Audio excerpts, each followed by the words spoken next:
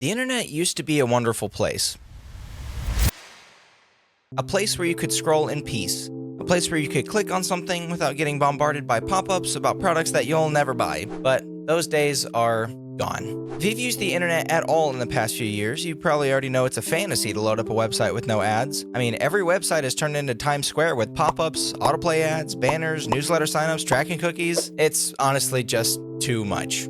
I mean, look at this mess. I click on one article about the best Linux distros for 2025 and my entire screen is covered in things that I did not ask for. And if you think, dude, just use an ad blocker. Well, Google broke them. Thanks to Chrome's Manifest v3 update, most ad blockers don't work anymore, which means I am defenseless.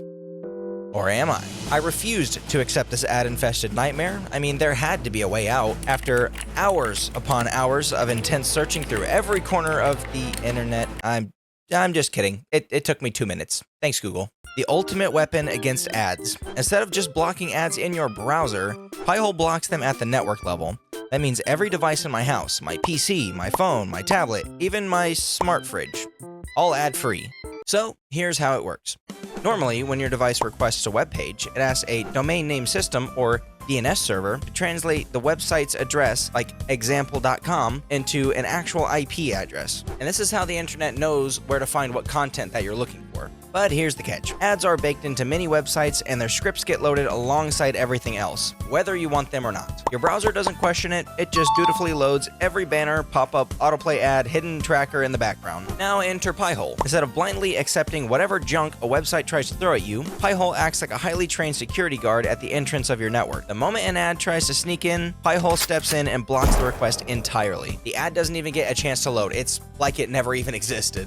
No placeholders, no failed loading icons, just pure, clean content. And I guess you can kind of think of it as the Shadow Realm and Yu-Gi-Oh! Ads try to enter, but Pi-hole banishes them before they even reach your screen. It does this by maintaining a massive blacklist of known ad-serving domains. Anytime your device tries to request content from one of these domains, Pi-hole simply refuses, redirecting the request to nowhere. And the result? No annoying banners, no auto-playing videos, no creepy targeted ads following you around like a digital stalker. And because Pi-hole works at the DNS level, it blocks ads across your entire network. Not just one device, but on everything connected to your Wi-Fi. That means cleaner browsing on your phone, your smart TV, your gaming console, and even that weird smart fridge that probably knows too much about your snacking habits. All right, now that's enough talk. Let's actually build this thing.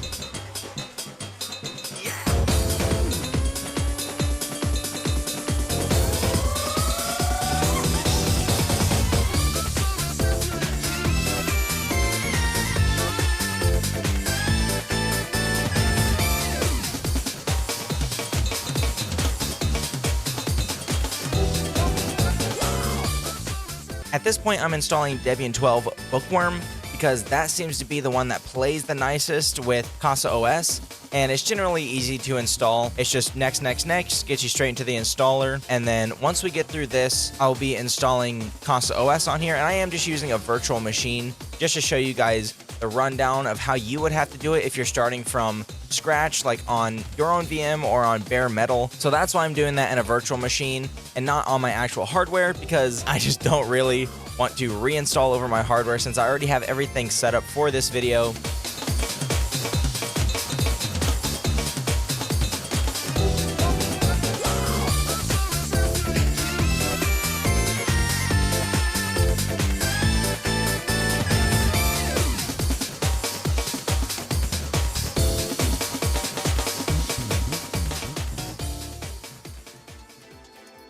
So I am using a Zima board that was gracefully sent to me by Icewhale, but you can run Pi-hole on pretty much anything. An old laptop, a virtual machine, your smart fridge, whatever. And instead of manually setting up Linux, which, let's be honest, can be a nightmare, I'm using Casa OS. It's a lightweight dashboard that makes managing apps stupidly easy. So to install Casa OS, I have booted up a WSL install, which if you don't know what that is, it's okay. It's not really pertaining to anything in this video, but it's pretty much a Windows subsystem for Linux, so I'm running Linux on Windows, but this is just for demonstration purposes. But all you will need to do is come to CasaOS's website, copy this command rather, paste that into whatever you're trying to put this into, and enter. It will most likely ask you for a password, and I'll go ahead and put that in here. And here you go. It should go ahead and start installing, and this usually does take a bit of time, but once it is done, it should give you an IP address that you can go to, and we will wait for the installation to spit that out for us. All right, CasaOS has finished installing, and as you can see, it gives us a link that we can click on right here.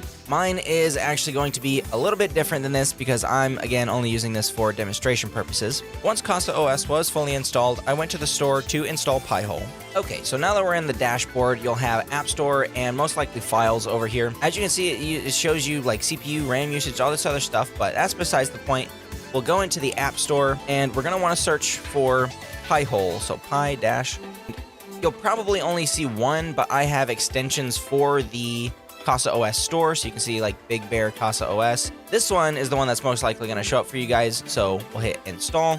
It'll give you a default password, so I'm actually going to copy that so that I don't forget, and it'll start the installation. And now that Pi-hole is installed, let's go ahead and open it up. Once I got into the Pi-hole dashboard, it was just a matter of tweaking settings, blocking lists, whitelists, and of course, making sure my computer can actually send traffic through Pi-hole. And if you go down to domains, you can actually see that you can add a blacklist or add to the whitelist. I actually don't have anything that needs to go in here right now, so I'm just going to leave those how they are. Future me jumping in here just for a second on this part, there are actually GitHub repos where you can get blacklists for specific lists of ads that you want to block, whether it be adult content, just add things that you don't want to show up, or just generally every ad under the sun that you could possibly add into your blacklists. Anything you would need, you can get through these GitHub repos and add it to your blacklist.